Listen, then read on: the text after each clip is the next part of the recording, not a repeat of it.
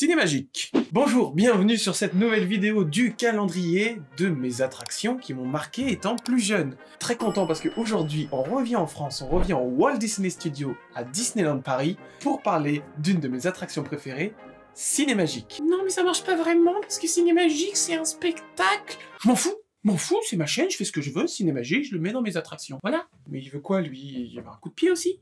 Non? Bon, tu me laisses faire ma vidéo. Ho, ho, ho! Merry Christmas! Pour rappel, j'en avais parlé dans la vidéo Armageddon, mais j'ai toujours été passionné de cinéma étant plus jeune, passionné de vidéo et passionné d'effets physiques, etc. Alors c'est pour ça que vous allez comprendre qu'il y a un petit lien avec Cinémagique. Je sais qu'on le considère plus comme un spectacle que comme une attraction, mais déjà, c'est ma vidéo, je fais ce que je veux, et on aurait pu mettre dans la même catégorie Chérie, j'ai rétréci le public, qui m'a aussi également fortement marqué étant jeune, mais plus du côté trauma, celui-là, hein, parce que la tête de lion en 3D qui sort de l'écran, et le serpent qui... Je m'en suis toujours pas... Non. Donc il va falloir encore un petit peu de temps pour que je digère Chérie, j'ai rétréci le public. J'ai pas de réel souvenir de ma première fois à Cinémagique. J'ai plus un souvenir global de l'ambiance, du film et du mood qui régnait dans cette attraction, dans cette salle de spectacle. L'attraction ouvre le 16 mai 2002 à Walt Disney Studios et elle fermera malheureusement ses portes le 29 mars 2017 de façon définitive. Oui, ils ont bien voulu nous faire croire qu'ils allaient le remettre avec une salle remasterisée, des nouveaux effets, etc. Il n'y a pas grand chose à dire sur le système de ce spectacle, c'est un cinéma-spectacle qui, à l'aide de mécanismes ingénieux, permettait de faire rentrer et sortir un comédien à travers de l'écran avec différents effets physiques, fumée, eau, etc. On a l'habitude maintenant. Alors la storyline de l'attraction était plutôt simple. Les visiteurs, nous, étions invités à un film retraçant l'histoire du cinéma, un film hommage au cinéma, quand soudain, un téléphone d'un des spectateurs va se mettre à sonner dans l'assemblée, il va se lever, gênant tout le monde, se mettre devant l'écran alors que la sécurité tente de l'arrêter, et soudain, les personnages des films vont s'en apercevoir et vont le faire disparaître en plein dans l'écran. Le personnage George va donc tout faire pour tenter de sortir de l'écran en repassant par tous les films de l'histoire du cinéma, de Charlie Chaplin jusqu'à Star Wars. Il a été incrusté dans des scènes cultes du cinéma avec un réalisme incroyable, et c'était vraiment une vraie Madeleine de Proust ce film. Je sors Madeleine de Proust. Comment on sent quand on rentre dans cette attraction? On a l'impression d'être dans un truc très chic. La salle était vraiment magnifique. On était dans une salle de cinéma style Hollywood des années 1930 avec un gigantesque rideau avec marqué Cinémagique dessus. Les costumes de cast members en groom, ça mettait une vraie ambiance qui était très agréable. À chaque fois que je regardais Cinémagique, je cherchais toujours des yeux le comédien qui allait se lever pour disparaître dans le film.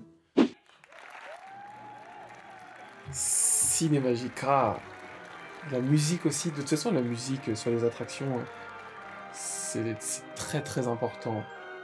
On s'en rend pas compte, hein, parce que on est là sur l'instant, à vivre la sensation, etc. Mais ouais, la musique c'est full important sur une attraction. Donc le film commençait avec des vidéos hommages au cinéma, hein, en retraçant au fur et à mesure les différentes films qui ont marqué l'histoire du cinéma. Et le téléphone se met à sonner dans l'assemblée.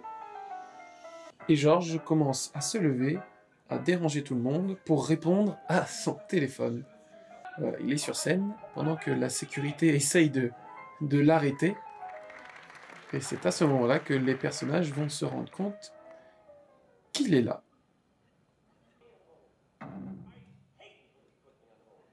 Coup de poing raté, hein. Taper dans un écran, ça va jamais... Bon. Et le sorcier, un des personnages importants du film, c'est lui qui va permettre de faire passer George du monde réel au film. Et grâce à un petit peu de poudre de magie du cinéma, paf! George a disparu et se retrouve maintenant dans le film. Bien sûr, là on est sur les effets des années début du cinéma, mais au fur et à mesure, le film va évoluer et maintenant George se retrouve incrusté dans tous les films de l'époque. Et ça y est, la transition s'opère et on passe enfin des films en noir et blanc aux films en couleur, en commençant évidemment par un bon vieux western. Et regardez-moi cette incrustation. C'est pas dans le film d'origine, ça. Hein. Avoir réussi à recréer cette patte, cette ambiance, en mélangeant tous les films, c'est vraiment... j'adore. Et les effets de fumée, de tir qui arrivent sur scène. Ah. Vraiment, ce spectacle, c'est plein de petits détails qui font que c'était quelque chose d'assez impressionnant à regarder. Après, on passe par plein de films, on passe par Mary Poppins, on passe par Titanic, on passe par Star Wars, avant d'arriver sur la scène finale, à l'époque des Chevaliers. Et George va pouvoir trouver un moyen de rentrer chez lui grâce à notre cher chevalier qui lance son épée à travers l'écran et l'épée apparaît sur scène, découpe le rideau, l'écran, et George, avec sa bien-aimée qu'il a croisée depuis le début du cinéma et qu'il essaye de retrouver au fur et à mesure dans les films, va pouvoir revenir dans le monde réel. Mais malheureusement, l'écran se referme d'un coup. Et c'est trop tard. Mais ne vous inquiétez pas, car j'ai entendu dire qu'au cinéma, tout est possible. J'ai entendu dire qu'au cinéma, tout est possible. Et il nous fait apparaître une porte sur l'écran, jusqu'à ce qu'il ouvre réellement la porte, prendre la porte, la chiffonner, et terminer en beauté ce spectacle cinémagique sur un kiss. Comme ça permet de mettre tous les films d'amour et de faire une rétrospective encore de tout ça.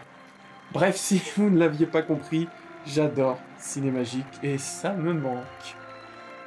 On est toujours impressionné par le final de ce spectacle, l'épée qui transperce l'écran, ça fait toujours son effet. Et en arrivant, je cherchais toujours des yeux l'épée, j'essayais de la voir disparaître, et à chaque fois, je n'y arrivais pas. J'étais frustré, hein. Ça c'est frustrant. C'était vraiment un bon moment à passer dans les Walt Disney Studios à cette époque, pas grand chose d'autre à faire. C'était un très bel hommage au cinéma, et j'aurais aimé que Disney le remasterise et le remette au goût du jour, mais malheureusement, je pense que c'est mort. Avez-vous déjà pu faire Cinémagique? Si oui, quelle a été votre impression en faisant Cinémagique? Je vous attends dans les commentaires, et sinon, que ça vous auriez aimé faire Cinémagique? Si oui, on va lancer une nouvelle pétition, il y en a déjà 8 qui ont été signés pour faire revenir Cinémagique, on en fait une 9e, on s'arrête pas, on s'en fiche, la magie de Noël va peut-être nous faire un petit miracle, je n'y crois pas.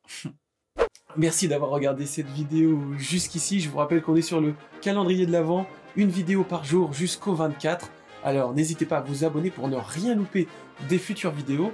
On se dit donc à très bientôt pour une nouvelle vidéo. C'était Antonin pour la chaîne Quad 9 Coaster. À très vite. Hey Squeeze, ils sont là! Sound tracker is ready for launch.